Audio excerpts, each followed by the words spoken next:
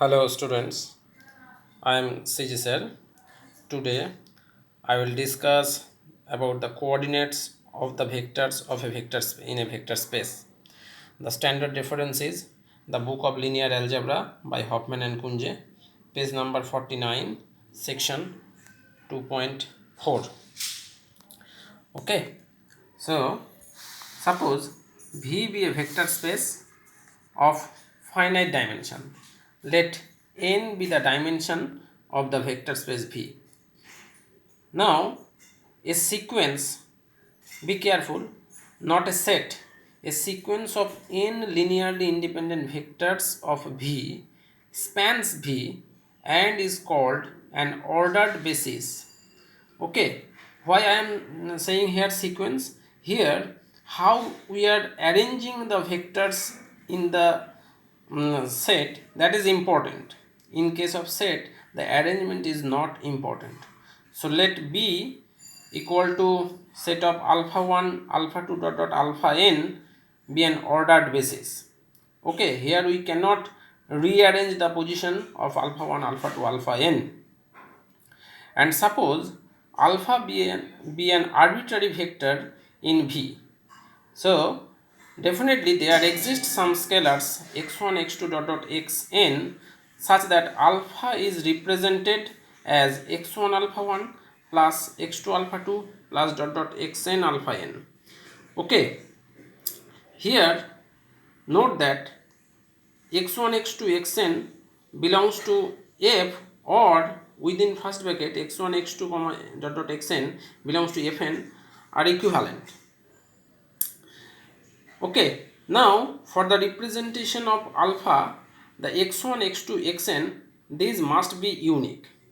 So what happened, if it is not unique, then there must exist other scalars y1 y2 dot dot yn in fn such that not all yk equal to xk. That means there exists only at least one k such that yk not equal to xk, and alpha is represented by y1 alpha 1 plus dot dot plus yn alpha n.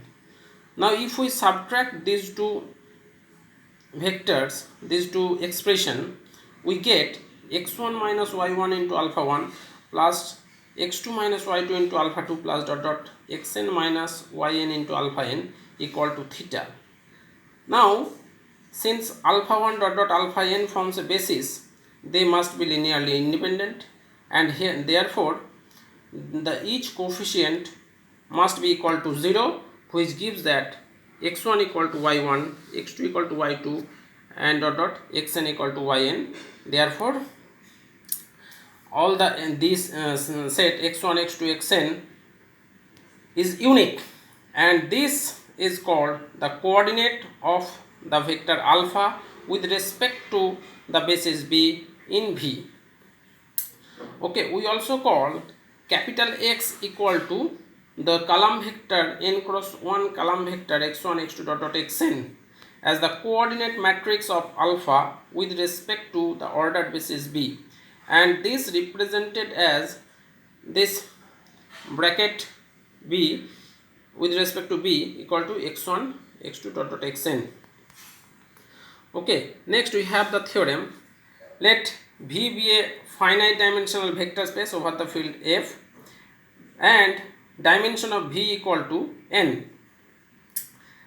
Since we know that there may be more than one basis but the dimension is unique, let B and B dash be two ordered bases of the vector space V. Then there exists a unique invertible n by n matrix P over the field F such that the coordinate of alpha with respect to B equal to P matrix into the coordinate matrix of alpha with respect to B dash, or coordinate matrix of alpha with respect to B dash equal to P inverse into coordinate matrix of alpha with respect to B. We will prove this theorem. This is important proof. Let the dimension of V equal to n and B equal to alpha 1 alpha 2 dot dot alpha n, B dash equal to alpha 1 dash comma dot dot dot alpha n dash be two ordered basis for V. Now there exist scalars Pij, that means for ij belong to 1 to n, such that the elements of the basis b dash can be represented as the linear combination of the elements of the basis b. That means alpha 1 dash equal to p11 into alpha 1 plus p12 in, p21 into alpha 2 plus dot dot pn1 into alpha n. Similarly, alpha n dash equal to p1n alpha 1 plus dot dot dot pnn alpha n. So actually we are representing the elements of b dash as the linear combination of the elements of b. Let alpha belongs to v be an arbitrary vector such that the coordinate of alpha with respect to b is x1 x2 xn and the coordinate of alpha with respect to b dash is x1 dash x2 dash dot dot xn dash. Clearly, alpha can be represented with respect to b dash as x1 dash alpha 1 dash plus dot dot dot xn dash alpha 1 n dash. Now, alpha 1 dash can be represented as the linear combination of alpha 1, alpha 2, alpha n. So, we have alpha equal to x1 dash into p11 alpha 1 plus dot dot pn1 alpha 1 n plus dot dot dot xn dash into p1n alpha 1 plus dot dot dot pnn alpha n. So simplifying, we are getting p11 x1 dash plus dot dot dot p1n xn dash into alpha 1 plus pn1 dot dot dot pn1 x1 dash plus pnn xn dash alpha n. Now since the coordinate of alpha with respect to b is x1 x2 xn, so we get, and the coordinate is unique, we get x1 equal to the coefficient of alpha 1, that is p11 x1 dash plus dot dot dot p1n xn dash and dot dot xn equal to pn1 x1 dash plus dot dot dot pn1 nn xn dash. Now we set a matrix P using the coefficient of the above system p11 dot dot pn1 dot dot dot p1n dot dot dot pnn, and capital X be the coordinate of alpha with respect to b, capital X dash be the coordinate matrix of alpha with respect to b dash. Therefore the system becomes capital X equal to p into x dash. Now since b and b dash are linearly independent set, so from the above system if we take x equal to 0, this implies the homogeneous system have x solution, only solution x dash equal to 0. Therefore P is invertible matrix, because the homogeneous system has unique solution, 0 solution, then P is invertible matrix. And we can write also x dash equal to P inverse x. So using our previous notation we get both the results. Okay, from x equal to px dash we get the coordinate of alpha with respect to b equal to p into coordinate of alpha with respect to b dash, and from the last relation x dash equal to p inverse x we get coordinate of alpha with respect to b is equal to p inverse into coordinate of alpha with respect to b. First one is b dash. Okay, hence the theorem follows. Next theorem, let P be a given n by n invertible matrix over the field F, and V be a vector space over the field F such that dimension of V equal to n. Also B is an ordered basis for V. Then there exists a unique ordered basis B dash. So here P is given and one basis is given. Then we change the coordinate with respect to some new basis.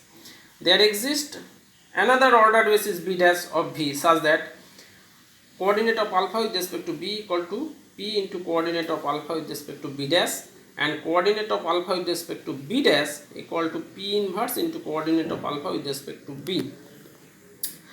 I leave the proof. Okay. Next we have an example.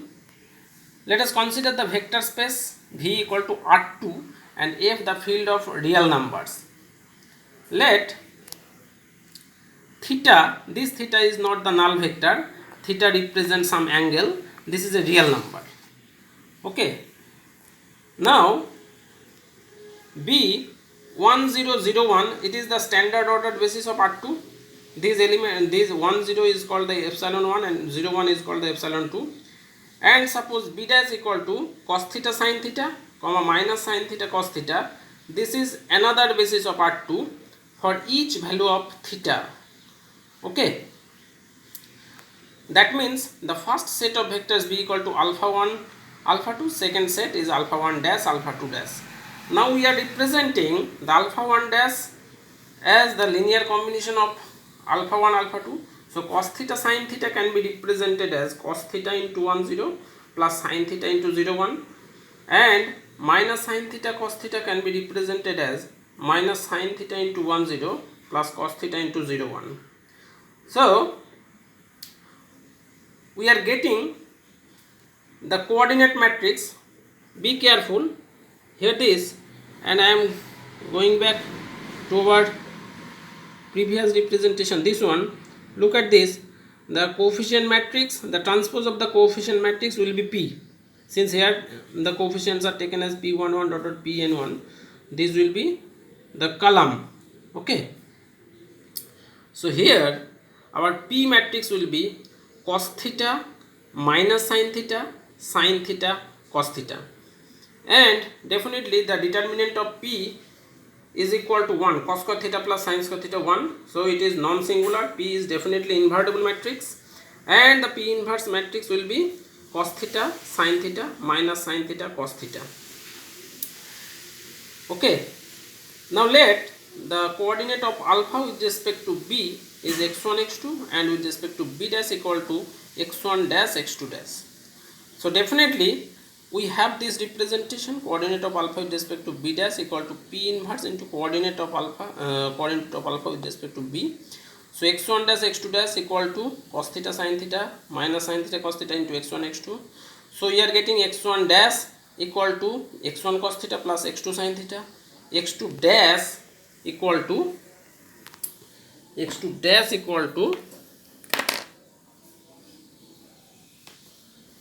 minus x1 sin theta plus x2 cos theta, and it is your well known formula of rotation of the coordinate axis. Thank you.